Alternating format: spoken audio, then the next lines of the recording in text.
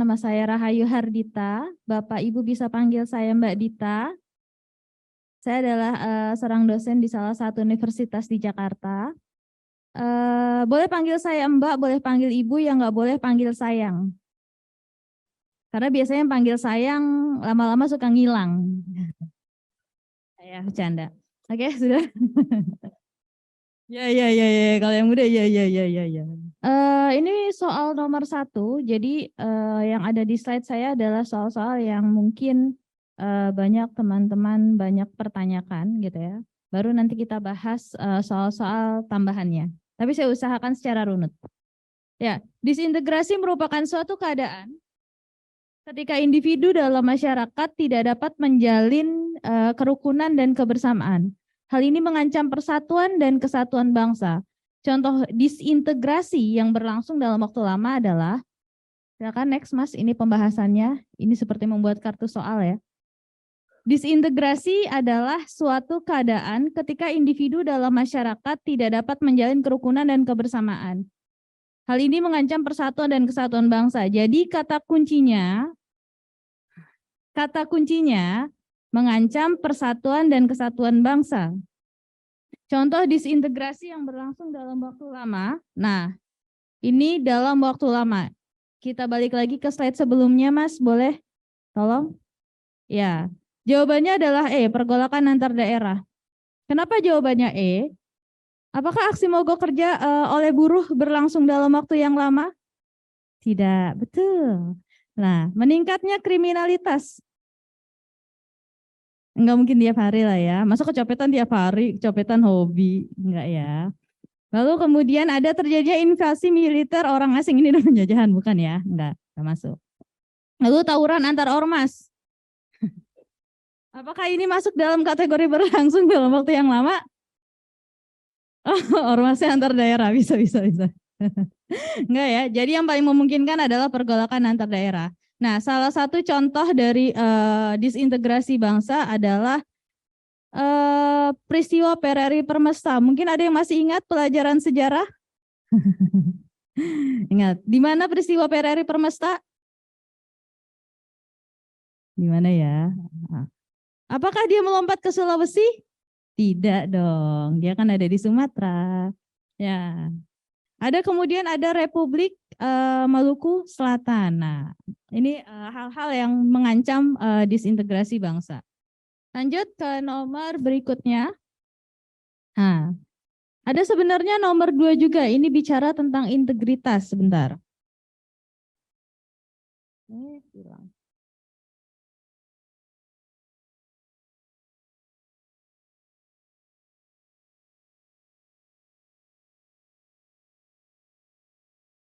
Ya, saya bacakan soal nomor 2. Contoh perbuatan yang menunjukkan rendahnya integritas di lingkungan kantor adalah A. Mengerjakan tugas sesuai peraturan yang berlaku. B. Datang tepat waktu ke kantor. C. Mencari alasan ketika datang terlambat ke kantor. D. Menuruti perintah pimpinan dengan penuh loyalitas. E. Aktif dalam kegiatan yang diadakan kantor. Nah, ini kita masuk ke nomor 3. Ke nomor 3 dulu, ke pembahasan dulu. Coba lihat Mas. Nah, integritas adalah, jadi integritas bicara mutu, sifat, atau keadaan yang menunjukkan kesatuan yang utuh, sehingga memiliki potensi dan kemampuan yang memancarkan kewibawaan dan kejujuran. Integritas adalah bertindak secara konsisten, ini dari KPK ya. Bertindak secara konsisten antara apa yang dikatakan dengan tingkah lakunya, sesuai dengan nilai-nilai kode etik yang dianut. Lanjut Mas ke soal nomor 3 tadi. Nah, kalau di soal nomor 3, Indra berjanji akan membelikan anaknya sepeda jika anaknya berhasil menjadi juara kelas semester ini. Setelah ujian selesai dan Indra menerima rapot anaknya, ternyata anaknya berhasil menjadi juara kelas. Saat itu Indra nggak punya uang. Sebagai orang tua yang menjunjung tinggi integritas, apa yang sebaiknya Indra lakukan? Dalam soal TWK yang mirip-mirip TKP begini, jawabannya adalah E, mencari pinjaman dan memberikan sepeda baru. Kenapa mencari pinjaman dan berhutang? Ada yang tahu kenapa? Kenapa jawabannya tidak memberikan pengertian kepada anaknya bahwa dia tidak punya uang dan membelikannya di kemudian hari?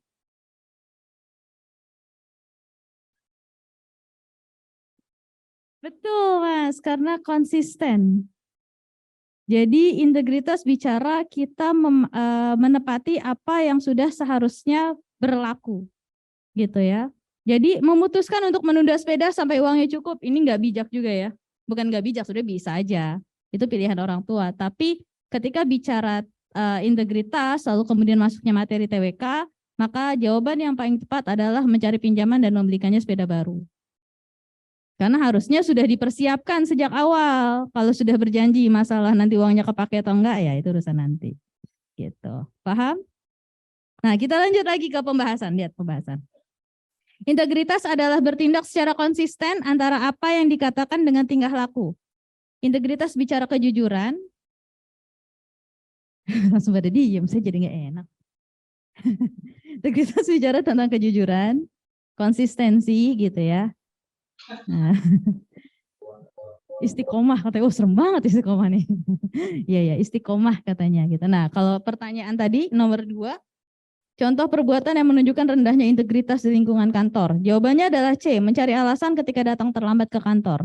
Jadi kalau sudah sampai terlambat ke kantor, nggak cari alasan. Kalau dibilang tadi macet Pak, kan bisa berangkat lebih pagi. Gitu ya. Ya, lanjut. Ciri-ciri pemimpin yang memiliki integritas. Nah, ini jawabannya B, jujur dalam bekerja dan menepati janji. Jadi kalau ada kata integritas, maka cari kalimat atau jawaban yang mengaitkan antara konsisten, menepati janji, jujur gitu ya. Itu kata kuncinya. Kenapa, Pak?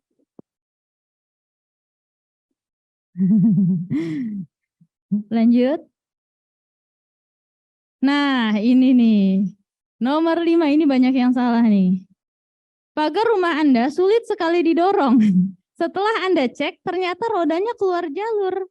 Kemudian Anda mengangkat pagar tersebut dan mengembalikan roda ke posisi jalurnya. Hasilnya, pagar berhasil didorong dengan lancar. Apa hikmah yang dapat Anda ambil dari kejadian tersebut terkait integritas? Jawabannya C. Kenapa jawabannya C? Gitu. Hidup akan lancar jika berada di jalur yang benar. Ingat lagi-lagi integritas bicara konsistensi ya. Jadi tidak goyang ke kanan dan ke kiri. Nah, jadi jawabannya jangan sampai B ya. Begitulah kalau hidup seperti roda, kadang di atas, kadang di bawah, enggak ya. Nanti salah, enggak lolos nanti tes TPA-nya ya. Enggak bisa. Gitu. Atau jawabannya jangan. Sikap menutup diri akan membuat kehidupan menjadi susah. Benar sih, tapi enggak gitu jawabnya ya. Ya lanjut. Nah, sebelumnya ada soal nomor 6. Ini juga sebenarnya bukan soal yang terlalu sulit gitu ya. Fitri tahun ini akan mengikuti tes CPNS. Ia sama sekali belum belajar, padahal tes seminggu lagi. Salah seorang teman mengirimkan nomor HP yang dapat membantu Fitri lolos. Walaupun nilainya kecil. Jika Anda menjadi Fitri, apa yang seharusnya Anda lakukan? Apa yang seharusnya Anda lakukan? Kenapa Anda yang melakukan? Enggak ya, itu salah ketik kayaknya. Izin slide sama yang dibahas nih beda nih. Enggak, ini lagi bahas soal nomor 6, Pak. Jadi enggak ada di sini ya, Pak. Karena tidak masuk soal yang terlalu sulit. Gitu. Ada di soal yang di PDF. Boleh dicek. Nah, jadi jawabannya adalah mengabaikan nomor HP yang dikirimkan teman dan berusaha memanfaatkan sisa waktu dengan belajar sungguh-sungguh. Jadi ketika ini jawaban yang paling baik di antara jawaban yang baik. Jadi tidak boleh ketika tawarannya adalah menggunakan orang dalam, menggunakan rekan, menggunakan siapapun gitu ya, maka jawabannya adalah tolak. Tapi memaksimalkan potensi. Itu jawaban terbaik, teman-teman. Gitu. Lanjut kita ke nomor 8. Lambang diyakini sebagai salah satu pendorong keberhasilan suatu cita-cita. Nah, lambang padi dan kapas pada burung Garuda melambangkan keadilan sosial bagi seluruh rakyat Indonesia. Kita lanjut ke pembahasan. Lanjut, Mas. Next. Nah, ini burung Garudanya. Ada 5 lambangnya. Yang pertama ada ketuhanan yang Maha Esa. Ketuhanan yang Maha Esa dilambangkan dengan gambar bintang. Lalu kemudian ada kemanusiaan yang adil dan beradab. Gambarnya apa? Rantai. Lalu ya, ada persatuan Indonesia. Gambarnya apa? Pohon beringin. Kenapa gambarnya pohon beringin? Nggak ada yang berani jawab. Karena, iya betul, karena pohon beringin mengayomi semuanya. Betul? Betul. Ya, lalu kemudian kerakyatan yang dipimpin oleh hikmat kebijaksanaan dalam permusyawaratan perwakilan. Lambangnya adalah kepala.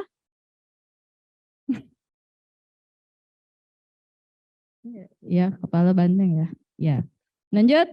Kemudian yang terakhir adalah keadilan sosial bagi seluruh rakyat Indonesia dilambangkan dengan padi dan kapas. Gitu. Ini nanti sudah saya share ke panitia.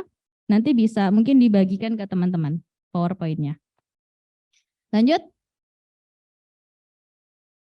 Nomor 9. Negara kesatuan adalah bentuk negara yang wewenang legislatif tertinggi dipusatkan pada suatu badan legislatif nasional.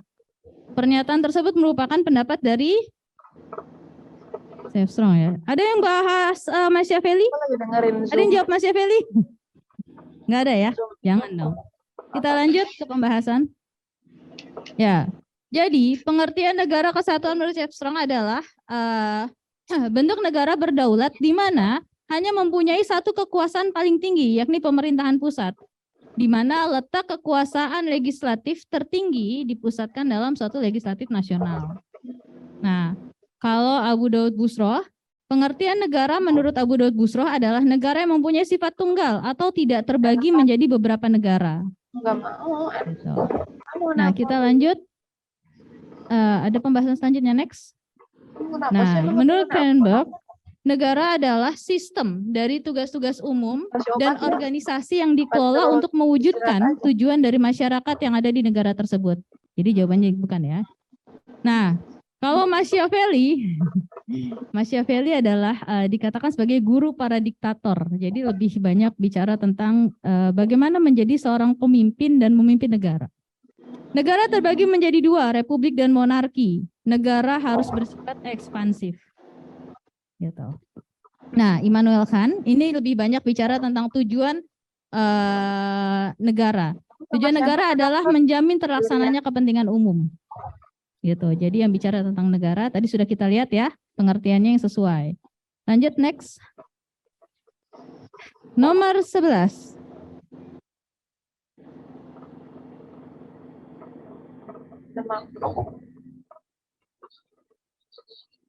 Nah, bicara negara kesatuan, ada pertanyaan nomor 10. Pernyataan berikut yang benar mengenai bentuk negara kesatuan. A. Bentuk negara yang memiliki negara-negara bagian. B. Pemerintah pusat memiliki kedaulatan penuh terhadap negara bagian. C. Terdiri dari satu pemerintah negara bagian dan satu pemerintah federal. D. Hanya ada satu undang-undang dasar, kepala negara, kabinet, dan parlemen. Yang E, tiap negara memiliki kekuasaan menyusun undang-undangnya sendiri. Jawabannya adalah D. Hanya ada satu undang-undang dasar, kepala negara, kabinet, dan parlemen.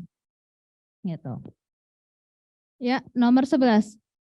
Penyelenggaraan pemerintahan negara kesatuan Republik Indonesia berdasarkan sistem desentralisasi. Salah satu kelebihan, salah ketik lagi. Kelebihan desentralisasi adalah A. Mendorong timbulnya fanatisme daerah. Enggak ya, jangan. B. Pelaksanaannya membutuhkan biaya besar. C. Keputusan yang diambil membutuhkan waktu yang lebih singkat. D. Struktur pemerintahan bersifat lebih kompleks. Yang E. Peningkatan efisiensi dalam segala hal, khususnya penyelenggaraan baik pusat maupun daerah. Kita lanjut, ini jawabannya E, lanjut ke pembahasan. Sentralisasi adalah sistem pemerintahan di mana semua kekuasaan berada di pusat. Sedangkan desentralisasi adalah sistem pemerintahan yang lebih banyak memberikan kekuasaan kepada daerah untuk mengelola daerahnya sendiri. Gitu. Jadi kepada pemerintah daerah. Nah, jadi jawabannya apa tadi? E. Peningkatan efisiensi dalam segala hal, khususnya penyelenggaraan baik pusat maupun daerah. Nah, ketika masa Orde Lama gitu, maka terjadi peristiwa PRRI Permesta. Ini salah satu alasannya juga ini, karena ketidakpuasan daerah terhadap kebijakan atau keputusan yang diberikan oleh pemerintah pusat, sehingga seolah-olah pembangunan hanya ada di pusat saja, daerahnya semakin tertinggal. Gitu. Lanjut. Nah, nomor 13.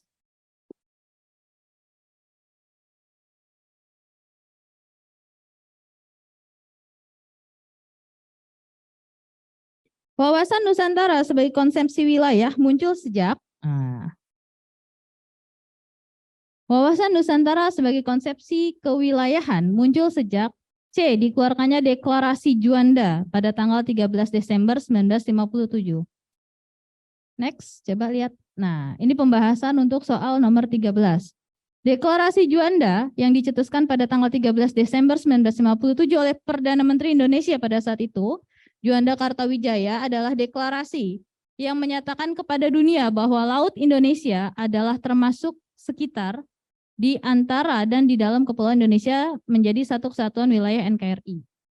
Isi dari deklarasi Juanda, menyatakan bahwa Indonesia menyatakan sebagai negara kepulauan dan memiliki corak sendiri. 2, bahwa sejak dahulu kala Kepulauan Nusantara ini sudah merupakan satu kesatuan. Jadi ini ada dalam deklarasi Juanda. Yang ketiga, ketentuan ordonansi 1939 tentang ordonansi dapat memecah belah keutuhan Indonesia. Nah, tanggal 13 Desember ini kemudian dijadikan Hari Nusantara, karena pada tanggal 13 Desember kita mulai bicara bahwa sejak dulu Nusantara merupakan satu wilayah kesatuan. Lanjut. Nomor 15. Nah, nomor 14 sebenarnya ada juga soal nomor 14, tapi tidak terlalu sulit. Kekuasaan tertinggi atau kekuasaan yang tidak terletak di bawah kekuasaan lain merupakan makna dari A. Kekuasaan, B. Peradilan, C. Kedaulatan, D. Presidensial, E. Semi presidensial. Jawabannya adalah kedaulatan. Jadi berdaulat adalah kita berdiri sendiri, tidak di bawah kekuasaan yang lain. Nomor 15. Strategi baru yang dibuat para pejuang dalam melakukan perlawanan terhadap kolonialis Barat karena kegagalan para pendahulu dalam mencapai kemerdekaan adalah A. Melakukan penyerangan secara terbuka, B. Memberikan pelatihan militer kepada para pemuda, enggak ya? C. Menggerakkan kaum wanita, ibu-ibu suruh perang, enggak ya? D. Mendirikan organisasi modern, yang E. Bekerja sama melalui perundingan. Lanjut ke pembahasan dulu. Perjuangan jadi bangsa Indonesia dalam masa penjajahan itu, perjuangan bangsa ini untuk merdeka terbagi jadi 2. Yang pertama adalah masa sebelum tahun 1900. Jadi sifatnya masih bersifat fisik, masih perang secara fisik. Aceh masih berperang ya sampai 1900-an. Lalu kemudian bersifat kedaerahan, artinya setiap orang gitu ya,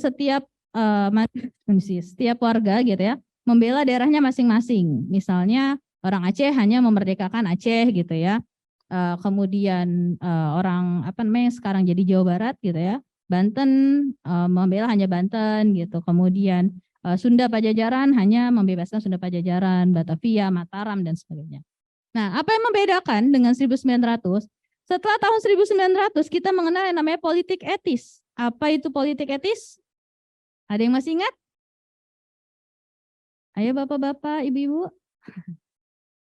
Ini pelajaran sejarah ini. Ketika pelajaran sejarah. Ya, politik etis adalah politik balas budi. Iya, betul. Mbaknya senyum-senyum. Ih, lucunya. Politik balas budi. Apa itu politik balas budi? Politik balas budi ini adalah upaya terima kasih, ucapan terima kasih dari bangsa Belanda kepada bangsa Indonesia, kata bapaknya. Nah, kepada bangsa Indonesia, karena bangsa kan Indonesia dulu Hindia Belanda. Karena berkat Hindia Belanda, Belanda menjadi negeri yang terang benderang. Ya kan, karena kekayaannya dari kita-kita juga. Gitu. Nah, lalu kemudian ada kebijakan tersebut, salah satunya kebijakan politik etis adalah bicara tentang pendidikan. kemudian ada migrasi, yang ketiga ada irigasi atau pengairan. Nah, yang berperan penting dalam menciptakan atau mengubah bangsa Indonesia adalah kebijakan tentang pendidikan. Kenapa bicara tentang pendidikan menjadi satu hal yang penting? Karena dari sini nanti akan lahir kaum intelektual yang nantinya membuat organisasi-organisasi di Indonesia, di Hindia Belanda, yang awalnya hanya konsentrasinya di bidang pendidikan, kemudian bergerak ke ranah politik, punya tujuan untuk membebaskan atau memerdekakan negeri ini. Gitu. Maka perjuangan setelah tahun 1900-an mulai berubah iklimnya. Tidak lagi dikotak-kotakan oleh daerah dan bersifat non-fisik. Jadi karena bentuknya sudah organisasi, maka bentuknya tidak lagi secara fisik kita berperang. Bentuknya sudah mulai audiensi, bahasanya audiensi ya. Bukan audiensi. Menggunakan surat kabar, mengkritik pemerintah, begitu ya, pemerintah kolonial pada saat itu. Gitu. Dan tidak lagi dikotak-kotakan oleh daerah, walaupun memang di awal ketika pendirian Budi Utomo hanya fokus untuk membangun iklim pendidikan yang sehat bagi bangsa Jawa, Bumi Putra. Gitu. Tapi nanti kan kemudian berkembang. Lanjut. Nomor 16. Berikut ini yang tidak termasuk hasil Kongres Budi Utomo I.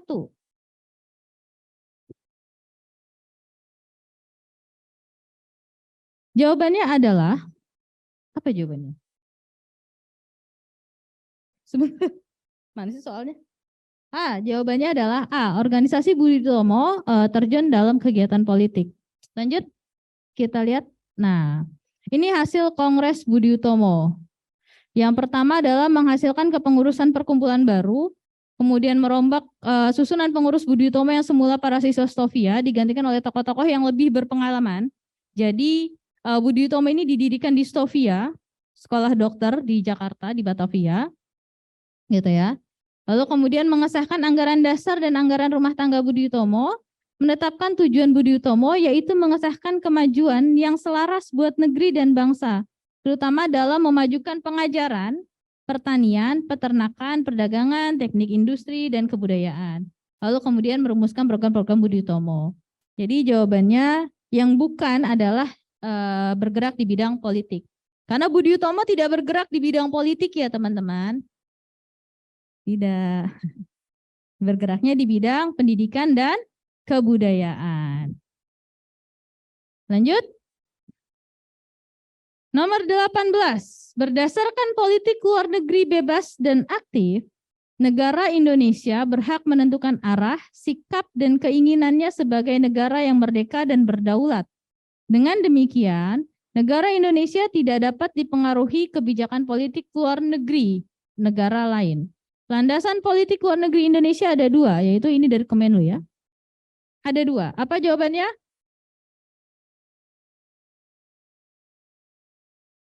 Landasan ideal dan konstitusional. Sebenarnya ada tiga, ada landasan operasional kalau dari Kemenlu. Kita lanjut ke pembahasannya. Nah, ini landasan konstitusional. Jadi, dalam menjalankan politik luar negeri yang berprinsip bebas aktif, Indonesia berasaskan pada tiga landasan. Landasan politik luar negeri Indonesia adalah landasan ideal, lalu konstitusional, dan landasan operasional. Landasan konstitusional. Landasan konstitusional kita adalah Undang-Undang Dasar 1945. Khususnya yang tercantum dalam alinea pertama dan keempat pembukaan Undang-Undang Dasar 1945. Ini bicara tentang politik luar negeri kita. Alinea pertama menyatakan bahwa kemerdekaan adalah hak segala bangsa dan penjajahan di seluruh dunia harus dihapuskan. Sedangkan alinea keempat menyatakan bahwa Indonesia ikut melaksanakan ketertiban dunia yang berdasarkan kemerdekaan, perdamaian abadi, dan keadilan sosial. Jadi ini menjadi landasan konstitusional politik luar negeri Indonesia yang bebas dan aktif. Apa itu politik bebas aktif? Politik yang tidak memihak. Itu bebas ya, kita tidak memihak blok barat maupun blok timur, tapi kita aktif menyuarakan perdamaian dan anti penjajahan. Gitu. Lanjut. Nah, ini landasan idealnya panjang ya. Jadi landasan idealnya adalah Pancasila. Bagaimana penerapan Pancasila dalam politik luar negeri Indonesia? Pertama, dalam prinsip ketuhanan, ini ayat pertama Pancasila, negara Indonesia menjalankan pemerintahan termasuk dalam menjalin hubungan dengan luar negeri berdasarkan prinsip ketuhanan sesuai sila pertama Pancasila. Lalu kemudian prinsip kemanusiaan menunjukkan persamaan derajat seluruh manusia tanpa membedakan status sosial, jabatan, dan unsur lainnya. Sehingga segala bentuk penindasan yang ada harus ditolak.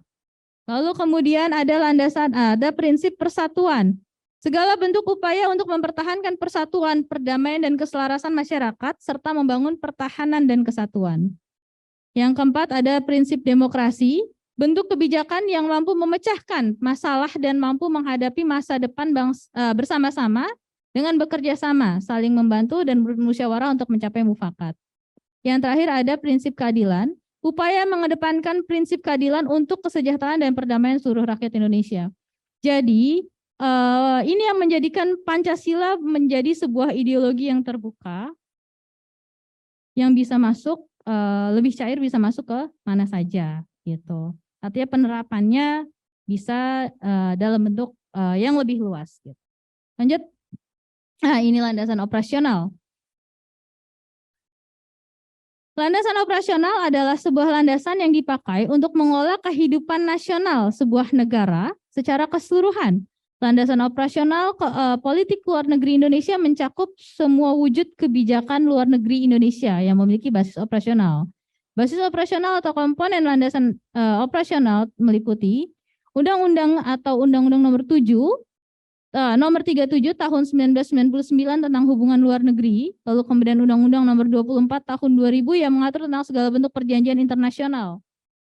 Undang-Undang Nomor 25 tahun 2004 mengenai sistem dalam perencanaan pembangunan nasional, termasuk di dalamnya langkah-langkah untuk mencapai kemajuan, dan kebijakan Menteri Luar Negeri, kebijakan Presiden yang berkaitan dengan hubungan luar negeri. Landasan operasional ini bersifat lebih lunak, beriringan dengan kemajuan zaman. Jadi kalau yang tidak bisa diubah adalah landasan ideal dan landasan konstitusional. Tapi landasan operasional akan berubah seiring dengan kebijakan dari pemerintah tadi. Bisa dipahami? Apakah sudah mengantuk? Sudah ya, jam berapa sekarang? Oh, jam 10. Wah, kita baru sampai? Lanjut. Baru sampai nomor 19. Berakhirnya Perang Dunia Kedua pada Agustus 1945 tidak berarti berakhir pula situasi permusuhan di antara bangsa-bangsa di dunia. Di beberapa belahan dunia masih ada masalah yang muncul. Jadi ada masalah yang muncul, lalu kemudian ada masalah baru. Akhirnya dua blok dengan kekuatan bertentangan secara ideologi, yaitu blok barat yang dipimpin oleh Amerika Serikat dan blok timur yang dipimpin oleh Uni Soviet. Ini bicara tentang ideologinya. Amerika ideologinya apa? Kapitalis. Uni Soviet? Komunis. Kita mengalami perang dingin. Jadi kita berhenti berperang di tahun 1960-an antara blok barat dengan blok timur. Apa itu perang dingin? Jadi tidak lagi perang secara terbuka, tapi perang memperebutkan pengaruh baik di bidang teknologi maupun ekonomi. Maka di tahun 60-an sampai nanti tahun 80-an itu gencar sekali bantuan-bantuan gitu ya dari luar negeri untuk Indonesia. Gitu. Jadi jawabannya B. Lanjut. Nah, bicara lagi Pancasila. Pancasila digunakan sebagai sumber nilai-nilai yang menjadi dasar timbulnya peraturan-peraturan hukum di negara kita. Merupakan fungsi dan peranan Pancasila sebagai D. Sumber hukum dasar nasional. Jadi Pancasila merupakan sumber hukum dasar nasional ya teman-teman. Segala hal tidak boleh bertentangan dengan Undang-Undang Dasar 1945. Undang-undang yang berlaku dalam masyarakat tidak boleh bertentangan dengan nilai-nilai Pancasila. Jadi nggak boleh bikin peraturan yang bertentangan dengan nilai Pancasila. Gitu. Ini ada nomor 20 deh.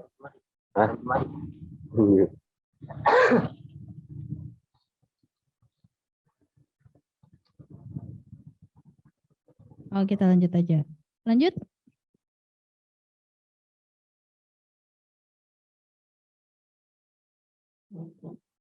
Lanjut.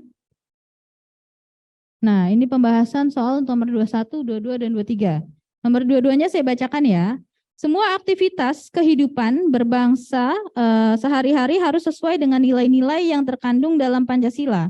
Merupakan fungsi dan peran Pancasila sebagai A. Pandangan hidup, B. Kepribadian bangsa, C. Sumber dari segala sumber hukum, D. Dasar negara, E. Perjanjian luhur. Jawabannya adalah A. Pandangan hidup.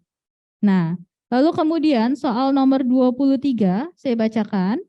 Ciri-ciri ideologi terbuka dari Pancasila adalah sebagai berikut, kecuali A. Merupakan kekayaan rohani, budaya, dan masyarakat. B. Nilai tidak diciptakan oleh negara, tetapi digali dari kehidupan masyarakat itu sendiri.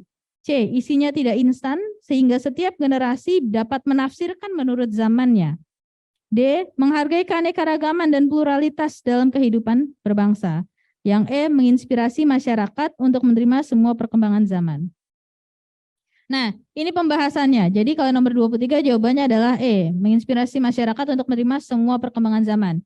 Pancasila sebagai sebuah ideologi terbuka memang terbuka, artinya dalam bentuk penafsiran dan perkembangan zaman. Tapi tidak semua perkembangan zaman bisa diterima. Artinya tidak semua budaya dari asing kemudian bisa diterima dan oleh Pancasila seperti itu. Nah, fungsi dan ideologi. Fungsi Pancasila sebagai ideologi. Sebagai ideologi negara, fungsi Pancasila dapat diimplementasikan dalam setiap rencana pembangunan nasional. Tujuan utama dari fungsi Pancasila sebagai ideologi negara adalah mewujudkan masyarakat yang adil dan makmur baik secara material dan spiritual. Yang kedua, fungsi Pancasila sebagai dasar negara. Sebagai dasar negara, fungsi Pancasila tercantum dalam pembukaan Undang-Undang Dasar 1945. Pancasila adalah dasar negara dan dari Negara Kesatuan Republik Indonesia yang harus dilaksanakan secara konsekuen dan konsisten. Maka tidak boleh ada peraturan-peraturan, tidak boleh ada yang tadi saya katakan undang-undang yang bertentangan dengan nilai-nilai Pancasila. Lanjut, fungsi Pancasila fungsi Pancasila sebagai jiwa bangsa. Sebagai jiwa bangsa, fungsi Pancasila menegaskan bahwa jiwa bangsa di Indonesia disimbolkan dalam 5 butir Pancasila. Apa saja isi Pancasila tadi? Apa saja Ibu Pancasila?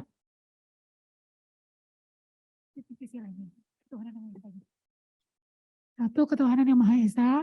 2, kemanusiaan yang adil dan beradab. 3, persatuan Indonesia. 4, kerakyatan yang dipimpin oleh hikmah kebijaksanaan dalam permusyawaratan perwakilan. 5, keadilan sosial bagi seluruh rakyat Indonesia. Alhamdulillah ya masih hafal Pancasila. Ya. Jadi kalau udah hafal Pancasila, penerapannya akan lebih mudah. Lanjut. Karena masih banyak fungsi Pancasila. Lanjut. Next. Nah, Pancasila sebagai kepribadian bangsa Indonesia. Pada fungsi ini, Pancasila diwujudkan dalam sikap mental, tingkah laku, serta perbuatan. Sikap mental dan tingkah laku yang dimaksud adalah bangsa Indonesia mempunyai ciri khas yang membedakannya dengan bangsa lain. Ciri khas inilah yang dimaksud dengan kepribadian. Lalu kemudian ada Pancasila sebagai sumber dari segala sumber hukum. Sumber tertib hukum Republik Indonesia adalah pandangan hidup, kesadaran, cita-cita hukum, serta cita-cita moral yang meliputi suasana kejiwaan serta watak bangsa Indonesia. Lalu kemudian ada fungsi Pancasila sebagai perjanjian luhur bangsa Indonesia. Pada saat bangsa Indonesia mendirikan negara atau proklamasi 17 Agustus 1945, bangsa Indonesia belum mempunyai undang-undang dasar negara yang tertulis. Kemudian 18 Agustus 1945 disahkan pembukaan dan batang tubuh Undang-Undang Dasar 1945 oleh PPKI, Badan Persiapan Kemerdekaan, Panitia Persiapan Kemerdekaan Indonesia, yang terdiri dari wakil-wakil seluruh rakyat Indonesia dan turut mengesahkan perjanjian luhur sama-samanya. Jadi Pancasila merupakan pegangan pada saat itu ya teman-teman. Nah yang terakhir adalah Pancasila sebagai falsafah hidup yang mempersatukan bangsa. Sebagaimana nilai dari sila ketiga, apa sila ketiga bunyinya Bapak? Persatuan Indonesia. Tidak hanya sila ketiga, tapi Pancasila juga mengandung nilai-nilai dan norma-norma yang oleh bangsa Indonesia diyakini paling benar, adil, bijaksana, dan tepat untuk mempersatukan rakyat Indonesia. Jadi kalau ada yang bilang kayaknya Pancasila nggak cocok nih buat gue, aduh itu bahaya ya, jangan ya, jangan. Nggak boleh. Lanjut. Nomor 22. Oh, ini tadi saya bacakan ya. Lanjut, berarti sampai nomor 23 tadi sudah. Nah, ini tadi ya, sebagai dialogi terbuka. Kecuali menginspirasi masyarakat untuk menerima semua perkembangan zaman. Nanti kita menjadi kehilangan identitas. Lanjut.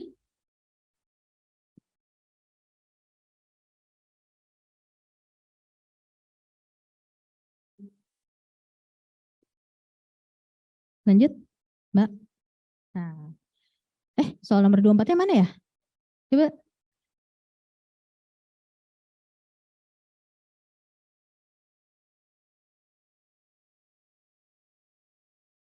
Soal nomor 24. Nilai yang terkandung dalam nilai patriotisme dalam kehidupan berbangsa adalah, nah, selalu berjuang untuk kepentingan negara, patriotisme ya. Lalu kemudian B, selalu menentang negara penjajah. Yang C, rela berkorban untuk kepentingan keluarga. Yang D, selalu mengupayakan persatuan bangsa. Yang E, mau nyumbang. Mau nyumbang, ada-ada aja jawabannya. Kita lanjut ke pembahasan. Dalam Kamus Besar Bahasa Indonesia, patriotisme adalah sikap seseorang yang bersedia mengorbankan segala-galanya untuk kejayaan dan kemakmuran tanah airnya. Ingat, kata kuncinya adalah mengorbankan semuanya untuk tanah air. Kita balik lagi ke soalnya, Mbak. Iya. Jadi jawaban yang benar adalah selalu menentang pada negara penjajahan, karena itu bentuk paling patriotik ya. Karena yang dikorbankan bukan hanya uang, tenaga, jiwa, raga, pikiran gitu ya. Nah, yang A bisa dong selalu berjuang untuk kepentingan negara, bisa. Tapi kalau soalnya begini, cari jawaban yang paling heroik. Rela berkorban untuk kepentingan negara, sama ya dengan yang A. Lalu kemudian selalu mengupayakan persatuan bangsa. Nah, yang terakhir ini yang paling tidak ya, mau menyumbang harta untuk masyarakat. Kalau cuma harta doang itu belum patriotik. Lanjut. Next. Ya. No, soal nomor 25. Wah, kita udah mau selesai. Nanti tanya jawab aja ya.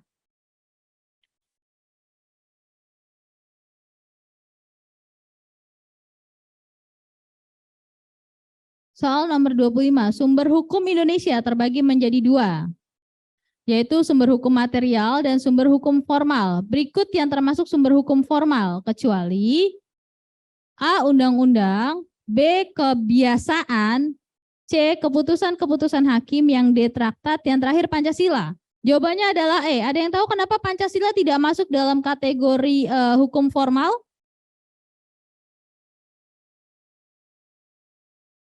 Kenapa, Pak? Karena Pancasila ideologi. Ada yang lain? Nah, Mbaknya nih. Enggak Mbak, lagi makan nggak sih tanyain. Kenapa Mbak? Kenapa Pancasila nggak masuk dalam kategori hukum formal? Dasar hukumnya ini Pancasila. Pancasila dasar hukum. Kita lanjut ke pembahasan coba. Sumber hukum material dan formal. Jadi dalam pasal 2 Undang-Undang 12 tahun 2011 beserta perubahannya juga disebutkan bahwa sumber dari segala sumber hukum adalah Pancasila. Sumber hukum formal adalah bersifat operasional. Jadi yang bisa di operasional ya. Jadi bisa dilaksanakan aplikatif bahasanya gitu. Yang berhubungan langsung dengan penerapan hukum. Hukumnya bisa diterapkan. Lalu kemudian penerapan hukum. Sementara itu, sumber hukum material adalah sumber yang berasal dari substansi. Jadi ketika bicara material, kita bicara substansi. Lanjut. Kalau formal bicara aplikasi ya. Mengaplikasikan. Contoh sumber hukum material adalah Pancasila, sedangkan sumber hukum formal adalah undang-undang, traktat, keputusan hakim yang tadi saya katakan. Bahwa formal itu berarti operasional. Operasional berarti kita bicara penerapan. Sama seperti tadi landasan kebijakan politik luar negeri kita. Ketika bicara ideal berarti bicara tentang ideologis. Lalu ketika bicara konstitusional berarti undang-undang Dasar 1945. Nah, kalau bicara operasional berarti undang-undang yang berkaitan langsung dengan apa yang ada di lapangan. Bisa dipahami? Bisa. Oke, lanjut. Soal nomor 28. Nah, sebelum 28 kita lanjut.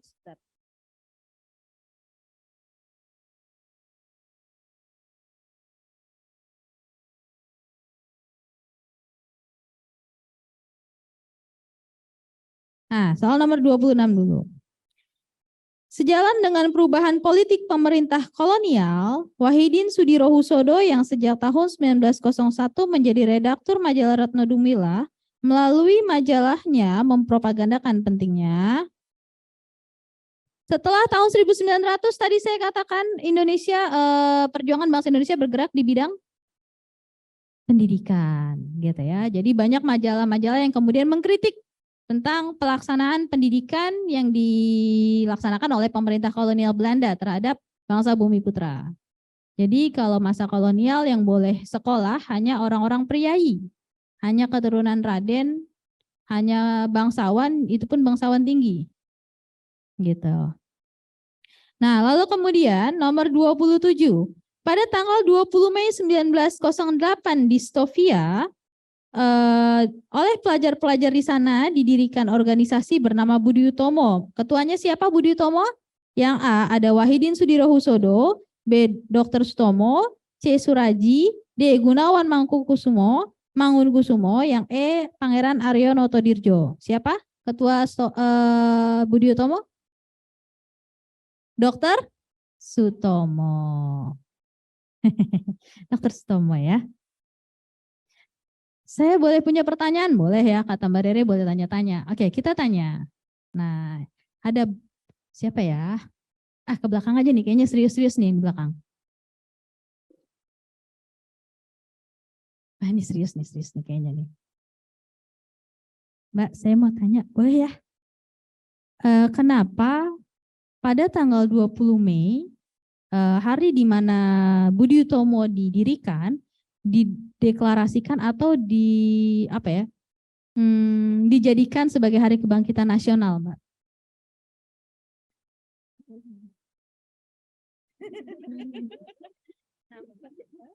Kenapa 20 Mei jadi Hari Kebangkitan Nasional, Mbak? Boleh tunjuk-tunjuk, Mbak. Ini kalau saya sama mahasiswa saya, jangan mau bonyok sendirian. Carilah temanmu yang kira-kira tidak tahu biar bonyok berdua.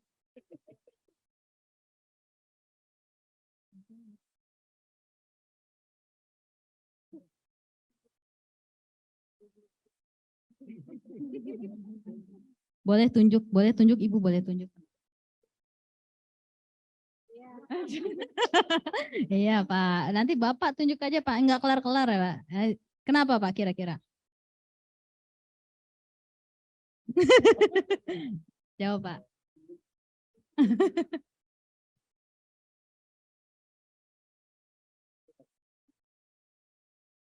Pak, silakan Pak, ditunjuk yang kira-kira temennya yang muka-mukanya udah pada pucat Pak, yang udah pada muka-muka nggak mau ditanya pokoknya. Itu biasanya nggak tahu kalau gitu tuh. Yang langsung pura-pura sibuk gitu. Nggak ada di internet. Pernah nyari semua ya di internet ya. Kenapa Pak? Tadi udah HP nih Bapak. Tujuannya untuk kemerdekaan Indonesia.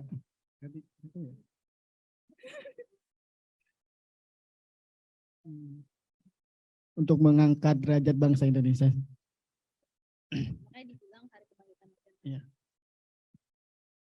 Kenapa Budi Utomo dikatakan sebagai tonggak dari bangkitnya nasionalisme di Indonesia? Kalau mahasiswa saya biasanya nanya gini, Mbak, kenapa Budi Utomo, kenapa bukan Sarekat Islam? Nah, ini muncul pertanyaan lagi nih, jadi kuliah, jangan deh, panjang. Kenapa Budi Utomo dijadikan tonggak? Karena setelah berdirinya Budi Utomo, ini kemudian banyak berdiri organisasi-organisasi kebangsaan yang lain. Jadi Budi Utomo memang tidak spesifik bicara tentang kemerdekaan bangsa ini, tapi berdirinya Budi Utomo menginspirasi berdirinya organisasi-organisasi lain yang nantinya dalam perjalanannya membicarakan tentang kemerdekaan bangsa Indonesia. Begitu. Bisa dipahami? Nah, ini adalah Ketua Perhimpunan Indonesia, Nazir Datuk Pamuncak, menegaskan politik titik-titik sebagai sendi perjuangan rakyat Indonesia. Jawabannya adalah non-koperasi atau non-kooperatif. Lanjut, kita ke pembahasan.